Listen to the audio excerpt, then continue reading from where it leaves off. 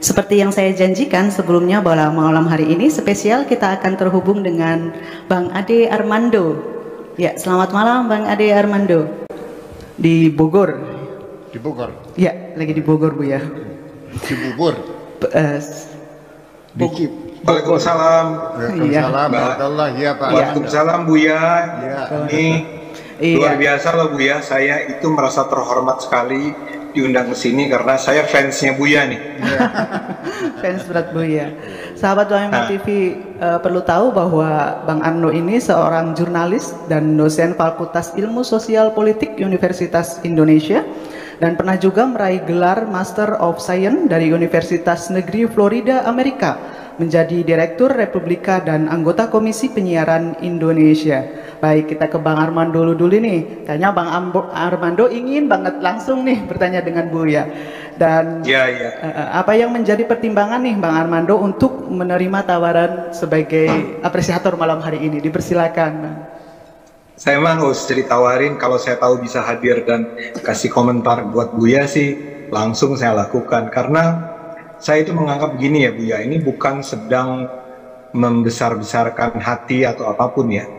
Tapi saya mungkin juga teman-teman tahu itu adalah orang yang selama ini mengedepankan kampanye penggunaan akal sehat lah, termasuk dalam hal beragama. Saya terus terang dulu itu pengagum Cak Nur, pengagum Gus Dur, dan rekan-rekannya. Tapi sekarang saya menemukan hal yang sama ketika saya menyaksikan video-videonya Buya ya. Buya memang selalu mengajarkan kita untuk rasional, bukan? Jangan pernah beragama tanpa menggunakan akal sehat, lah, kira-kira begitu. Nah, saya tidak ingin komentar karena banyak sekali video yang menarik dari Buya. Cuman yang ada kaitannya dulu deh, karena saya nggak tahu nih waktu yang diberikan kepada saya sebenarnya berapa lama nih. Bebas saja. Paling tidak saya mulai dengan yang kaitannya dengan apa yang disampaikan Buya tadi ya. Pertama adalah soal bertebarannya kata-kata kebencian, kata-kata yang menghina agama lain misalnya, yang bertebaran di media sosial tadi dikatakan. Tapi saya melihatnya begini, ya. Kalau itu dilakukan oleh orang-orang yang kurang terpelajar, bukan kiai lah, bukan ahli agama, anak muda gitu ya, mereka memaki-maki agama lain misalnya, mereka menyebarkan kebencian, mereka memaki-maki orang yang berbeda keyakinan, saya masih merasa bahwa itu adalah yang bukan yang wajar sih, tapi sesuatu yang ya namanya juga orang tidak berpengetahuan gitu kan. Ya kalau komentarnya sedangkal itu barangkali itu menunjukkan memang pengetahuannya sedangkal itu. Tapi masalahnya adalah ada banyak pernyataan-pernyataan kebencian itu keluarnya justru dari saya sebaiknya tidak menyebut nama ya Bu ya, tapi orang-orang yang sudah terpandang, orang-orang yang bisa disebut sebagai pemimpin umat misalnya, ya itu keluar dari mereka. Ya. Nah, orang-orang ini pertanyaan saya itu kira-kira begini, kita di Indonesia punya Majelis Ulama Indonesia Bu ya. Buya kan bukan anggotanya ya, Buya? Bukan. Kebetulan bukan, atau alhamdulillah bukan. Karena begini, ini Majelis Ulama Indonesia kan mestinya adalah sebuah kumpulan dari para ulama terkemuka, senior, yang antara lain menurut saya tugasnya bukan sekedar menetapkan fatwa halal haram kan ya, tapi ya dalam kasus yang tadi saya sebut, bukankah seharusnya para ulama kita itu yang bersatu dalam sebuah majelis terhormat seperti MUI itu menyatakan sikap ketika ada ulama-ulama yang terus-menerus menyebarkan kata-kata yang penuh kebencian semacam itu ya. Tapi selama ini kok saya hampir-hampir tidak mendengar ya bahwa MUI bersikap tentang apalah ya, misalnya ada ulama-ulama yang menghina-hina agama lain, yang mengatakan bahwa Yesus kok siapa bidannya Yesus lah ya, kelahiran Yesus itu dibidani siapa, itu kan jelas penghinaan. Dan ada banyak lainnya ya yang sekarang bertebaran juga di media sosial. Pertanyaan saya adalah, ini yang pertama, saya ada dua pertanyaan ya. Yang pertama adalah dalam pandangan Buya ya, kenapa ya Majelis Ulama Indonesia justru memilih untuk tidak bersikap memberikan arahan ya kepada umat Islam di Indonesia tentang apa yang pantas atau tidak pantas ya. Menurut saya sikap sebuah majelis, misalnya begini, Buya bisa saja mengkritik, tapi Buya adalah seorang tokoh yang tercerahkan, dan tapi Buya tetap sendirian kan, artinya itu pendapat Buya pribadi. Bukankah sebaiknya untuk bisa mengarahkan umat Islam di Indonesia agar tidak mudah untuk termakan dengan ujaran-ujaran kebencian, menghina agama lain dan seterusnya, harusnya adalah MUI lah yang memberikan arahan semacam itu, ya, sehingga memang betul-betul dirasakan relevansinya kehadiran Majelis Ulama Indonesia dalam suasana yang tadi digambarkan oleh Buya sebagai penuh hiruk pikuk dengan kebencian dan seterusnya. Itu pertama. Kedua adalah begini, saya itu mendengarkan penjelasan Buya itu, saya amazed ya, kagum dan merasa penjelasan Buya selama ini di berbagai video Buya tentang perdebatan tentang ketidaksempurnaan Islam misalnya ya, pembicaraan mengenai apalagi ya yang halal haram atau macam-macam lah. Saya tiba-tiba blank juga nih, tapi ada berbagai isu yang diangkat oleh Buya yang menurut saya itu sangat masuk di akal ya. Oh ini misalnya contoh paling bagus itu tentang hadis itu loh Buya ya, bahwa hadis itu ada penjelasan Buya tentang siapa Muslim Bukhari ya, yang satu hadis itu diperiksa cuma 15 menit gitu kan, dan kalau itu diperiksa semua ya seperti diklaim diperiksa oleh Muslim Bukhari, mestinya dia tidak punya waktu lagi untuk melakukan hal-hal lain ya, contohnya itu. Jadi poinnya kan waktu itu Buya mau bilang bahwa memang kita harus hati-hati sekali nih dengan hadis-hadis, dan ada banyak sekali hadis-hadis yang bermasalah. Atau penjelasan Buya tentang ketidaksempurnaan Islam itu kaitannya dengan perbudakan, kok perbudakan itu diizinkan gitu ya. Dan itu artinya memang Islam perlu ditafsirkan terus-menerus. Tapi poin saya begini, kenapa tidak banyak ya Buya?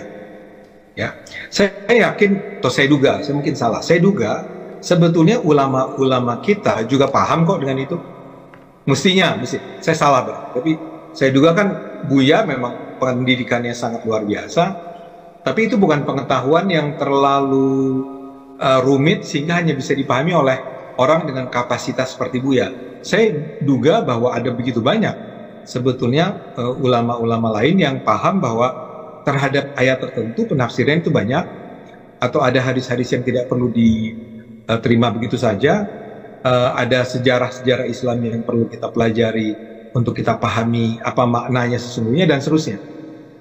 Tapi kenapa sedikit sekali ya Buya ulama yang berani untuk bicara seterbuka, selurus, sejujur, seterbuka Buya, yang itu sebenarnya terus terang Buya, kehadiran orang seperti Buya itu membuat saya menjadi merasa saya tidak bersalah. Orang kan sering menyebut saya sebagai sok tahu gitu, karena saya nggak belajar, saya nggak studi agama Buya. Saya cuma belajar justru dari Cak Nur, dari Gus Dur gitu ya, dari tulisan-tulisan yang ada, termasuk sekarang dari Buya. Kemudian saya kutip itu dan saya gunakan dalam berbagai presentasi saya. Nah kemudian saya dihina sebagai atau dilecehkan sebagai ini apa sok tahu, berani-beraninya ngomong tentang Islam padahal nggak belajar Islam dengan benar. Nah masalahnya saya akan argumen bahwa sayangnya orang seperti Buya Syakur itu terlalu sedikit yang bisa mengarahkan publik bahwa jangan buru-buru mengkafirkan ya, jangan buru-buru memurtadkan, atau jangan buru-buru tiba pada sebuah kesimpulan tunggal, sementara sebenarnya ada banyak sekali tafsiran terhadap sebuah ayat atau sebuah hadis atau sebuah peristiwa sejarah tertentu. Ini maaf kepanjangan ya Buya, tapi ini ya karena saya dapat kesempatan ya saya manfaatkanlah sebaik-baiknya. Saya minta maaf buat para peserta diskusi yang lain kalau saya menghabiskan waktu agak lama nih dalam bertanya ini. Terima kasih. Ya, baik, alhamdulillah. Baik, terima kasih. Langsung, Bu, ya. Saya langsung menyapa Bapak Ade Armando. Pertama-tama saya sampaikan ucapan banyak terima kasih dan rasa bangga yang sedalam-dalamnya hari ini kita telah bisa bersambung. Yang bersambung pikiran kita. Kalau jasad mah nggak begitu penting ya. Yang penting ada menyambungnya pikiran. Karena yang bisa merubah adalah pikiran kita, bukan jasad kita. Itu yang persoalan. Sekarang saya ingin mengatakan demikian. Selama ini kan yang didengungkan adalah masalah kerukunan beragama ini berdasarkan toleransi. Saya tidak tertarik dengan toleransi itu. Apa artinya toleransi? Toleransi itu untuk wilayah yang sempit antara suami istri. Suaminya tidurnya mendengkur. Nah, perlu toleransi istri. Ya dipeluk aja dulu sementara. Kalau sudah tidur suaminya silakan Anda pindah ke ranjangnya, kan begitu. Jadi masalah suami istri, tetangga itu toleransi. Tapi dalam kehidupan berbangsa dan bernegara dengan keanekaragaman budaya agama kita, ini bukan toleransi yang kita tuntut, tapi adalah kesetaraan. Ya, setuju nggak? Ini persoalannya. Sebab toleransi itu hanya menyembunyikan kebencian kok. Dan terjadinya melalui bargaining, tawar menawar. Dan nanti di penghujungnya apa yang terjadi? Pihak minoritas merasa berhutang budi kepada mayoritas. Saya tidak menginginkan ada kelompok masyarakat berhutang budi, tapi kita menjunjung tinggi kesetaraan berdasarkan undang-undang. Nggak ada beda agama, beda suku, beda warna, nggak ada. Siapapun yang bawa KTP Indonesia, ya berlaku undang-undang untuk Indonesia. Jadi siapapun ya bisa beribadah dengan bebas. Semua orang ya bisa mendirikan tempat ibadahnya, semua orang bisa kegiatan, bisa berkumpul sama. Jadi akan lebih indah yang kita usung bukan toleransi, tapi kesetaraan. Jadi tidak ada mayoritas merasa berhutang budi kepada mayoritas. Dan tidak bisa dihindari bahwa mayoritas itu cenderung perilakunya itu sekarang dewek. Arogansi mayoritas itu selalu terjadi di mana-mana. Di jalan raya saja yang ugal-ugalan sedan apa bus? Kenapa bus? Karena merasa besar. Semua orang merasa besar, itu arogansinya tinggi. Berkan kesetaraan. Jadi termasuk juga undang-undang tentang penistaan agama bagi saya menjadi masalah. Jadi ini penistaan agama ini jangan-jangan ini alat bagi mayoritas untuk menekan minoritas sebetulnya. Bisa terjadi nggak Pak Armando? Undang-undang, iya, alat yang dipakai oleh mayoritas untuk menekan kelompok minoritas. Dan tidak seimbang akhirnya. Kalau iya kan seperti itu. Kemudian juga ini gara-gara umat Islam meyakini Islam sudah sempurna, itulah yang menyebabkan umat Islam sekarang sudah tidak lagi berpikir. Karena sudah sempurna, selesai. Pak Tato, ketika Anda sudah merasa kaya, masih rajin usaha enggak? Enggak. Kalau Anda sudah merasa pinter, masih belajar enggak? Enggak. Nah, umat Islam karena melihat agamanya sudah sempurna berdasarkan firman Tuhan, al-yawma akmaltu lakum dinakum wa atmamtu alaikum ni'mati wa raditu lakumul Islam madina, yang semacam itu berakibat umat Islam merasa sudah tidak perlukan revisi, tidak perlu penyempurnaan, tidak perlu pembekuan ayat-ayat karena sudah sempurna. Malah tidak boleh, harus diimplementasikan secara letterlek apa adanya. Ancamannya kalau orang membuat undang-undang bertentangan dengan hukum Tuhan, maka dia disebut orang kafir. Wa man lam yahkum bima anzalallah fa ulaika humul, no, saksinya apa semua kan? Ada lagi wa man lam yahkum bima anzalallah fa ulaika zalimun, betul? Ada lagi wa man lam yahkum bima anzalallah fa ulaika humul fasiqun, fasik, zalim, kafir. Sehingga apa yang terjadi, saudara-saudara sekalian, ketika Saudi kerajaan Saudi mengeluarkan undang-undang anti perbudakan. Itu pun bukan kesadarannya Saudi memberi perbudakan, bukan, tapi karena dipaksa oleh Amerika. Kalau tidak dibebaskan perbudakan dari Saudi, Amerika tidak akan membantu Saudi baik ekonomi maupun bersenjataan. Akhirnya keluarlah undang-undang larangan perbudakan. Itu didemo oleh para ulamanya tuh, dengan alasan bagaimana raja melarang perbudakan, Islam tidak melarang kok. Oh jadi begitu. Jadi menurut Tuhanmu manusia itu boleh dijual, manusia boleh dibeli, boleh beli perempuan, ya boleh beli perempuan. Wa in khiftum alla ta'dilu fa wahidatan aw ma malakat aymanukum. Kalau kamu tidak mampu kawin dengan perempuan merdeka, 4, nggak kuat ya 1 saja. Kalau nggak bisa, udah beli budak saja. Apa benar Tuhanmu memperbolehkan kamu beli budak perempuan, lalu kamu pakai, lalu kamu jual lagi, tukar tambah dengan yang lain? Apakah Tuhanmu seperti itu? Di Indonesia juga, Bapak Adi Armando, ketika pemerintah Indonesia membuat undang-undang pernikahan, iya kan, atau undang-undang perkawinan, di situ melarang adanya pemaksaan nikah. Dalam kitab fikihnya, undang-undang Islamnya, anak perempuan yang masih perawan, ya, walinya adalah bapak kandung, itu punya hak paksa, namanya wali mujbir. Suka tidak suka dikawinkan oleh bapaknya, sah. Oleh negara dilarang, didemo kok oleh para kiainya. Bagaimana Pak Harto bisa melarang sesuatu yang tidak dilarang Tuhan? Oh jadi perempuan itu manusia bukan sih? Kayak kambing aja dipaksa kawin. Ya seperti itu. Kenapa manusia mereka terjebak semacam itu? Karena mereka meyakini Islam sudah sempurna. Padahal kalimat sempurna yang mereka yakini itu dari salah tafsir juga. Al-yawma akmaltu itu artinya hari ini kusempurnakan. Terjemahnya bukan kusempurnakan, hari ini kucukupkan. Sudah cukup. Iya kan?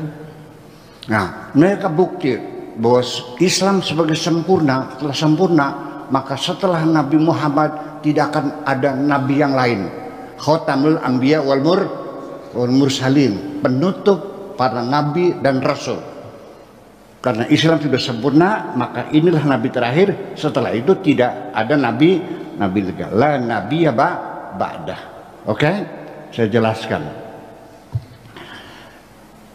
Setelah Nabi Muhammad tidak ada lagi nabi, betul. Saya juga meyakini, tapi bukan kesempurnaan. Bukan ditutupnya kenabian disebabkan sudah sempurna. Tutupnya kenabian itu adalah usia manusia sudah saatnya disapih. Kalau anak kecil disapih berapa tahun? 2 tahun. Manusia juga ketika sudah saat zaman Nabi Muhammad itu Allah melihat manusia sudah saatnya disapih, tidak perlu menyusu wahyu terus menerus dari langit. Pakai otak dong sekarang waktunya. Jangan menunggu wahyu terus. Udah selesai itu mah.